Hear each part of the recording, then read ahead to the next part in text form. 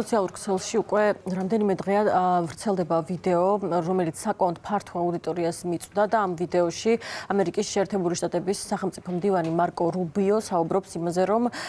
ის დაარწმუნებს ილონ მასკს, რომ შეუწყვიტოს უკრაინას სტარლინკის მომსახურება და სწორედ ამის შემდეგ უკვე უკრაინის პრეზიდენტი ვოლოდიმირ ზელენსკი მიხვდება იმას, თუ რამდენად არის დამოკიდებული ამერიკის შეერთებულ შტატებზე, თუმცა ეს ვიდეო არის ხელოვნური ინტელექტის მიერ შექმნილი, ხელოვნური ინტელექტის მიერ არის შექმნილი ასევე მარკო რუბიოს ხმაც და სინამდვილეში მას მსგავსი არაფერი უთქვამს. ეს ვიდეო არის ამოღებული CNN-თან ინტერვიუს დროს და ამ ვიდეოში CNN-ის წამყვანი მარკო რუბიოს ეკითხება იმას თუ რატომ უნდა მოიხადოს ვოლოდიმირ ზელენსკიმ ბოდიში. ეხება ეს იმ საკითხს, როდესაც შელაპარაკება მოხდა თეთრ სახლში ვოლოდიმირ ზელენსკისა და დონალდ ტრამპს შორის და სწორედ ამის შემდეგ უკვე გავრცელდა ეს ვიდეო, თითქოს მარკო რუბიო საუბრობს, რომ აუცილებლად ამ შელაპარაკების შემდეგ ის დაარწმუნებს ილონ მასკს, რომ უკრაინა არ იმსახურებს სტარლინკის მომსახურებას და ეს ვიდეო ინგლისურის გარდა გავრცელდა ფრანგულ და პოლონურ ენებზე და საკმაოდ ფართო აუდიტორიას მიწვდა და სწორედ მას შემდეგ გავრცელდა, როდესაც დონალდ ტრამპმა გადაწყვიტა, რომ შეეჩერებინა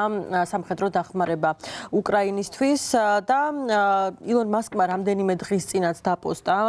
ამასთან დაკავშირებით. მან ერთგვარი მუქარა გააჟღერა და განაცხადა, რომ იმ შემთხვევაში თუ სტარლინკს გაიყვანდნენ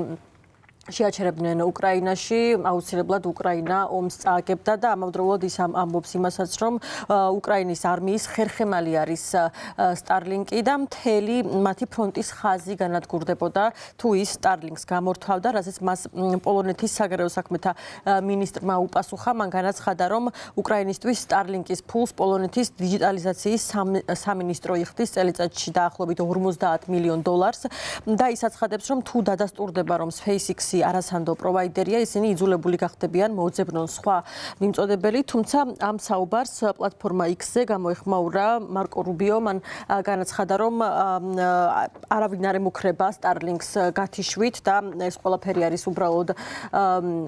უბრალოდ გამოგონება და ასევე ის მოუწოდებს პოლონეთის საგარეო საქმეთა მინისტრს, რომ უფრო მადლიერები იყვნენ სტარლინკისთვის, რადგან სტარლინკის გათიშვით უკრაინა მალე წააგებდა ომს და შემდეგ უკვე რუსეთი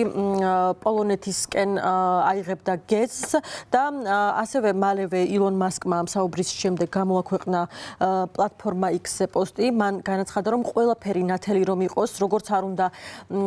უთანხმოება ჰქონდეს უკრაინის პოლიტიკასთან, სტარლინკი არასდროს გაითიშება უკრაინაში და მან ასევე განაცხადა ის, რომ სტარლინკის გარეშე უკრაინული ხაზები დაინგრევა და სწორედ ამის თქმა სურდა მას და ასევე აცხადებს იმასაც, რომ ისინი არასოდეს გააკეთებენ მსგავს რამეს და არ გამოიყენებენ ამ საკითხს ვაჭრობისთვის და ამ ვიდეოსთან დაკავშირებით გაუგებრობის აღმოსაფრველად კიდევ გავრცელდა სოციალურ ქსელში ასევე ტრანსკრიპტი, გაშიფრული ის ვიდეო, ის ინტერვიუ, რომელიც ჰქონდა მარკო რუბიოს CNN-თან, ეს ტრანსკრიპტი დევს სახელმწიფო დეპარტამენტის ოფიციალურ გვერდზე და აქაც მსგავსი არაფერი აქვს ნათქვამი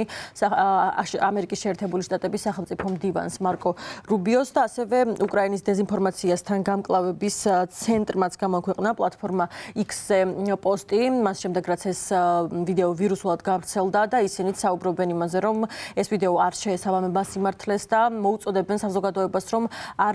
დაუჯერონ მსგავს დეზინფორმაციას.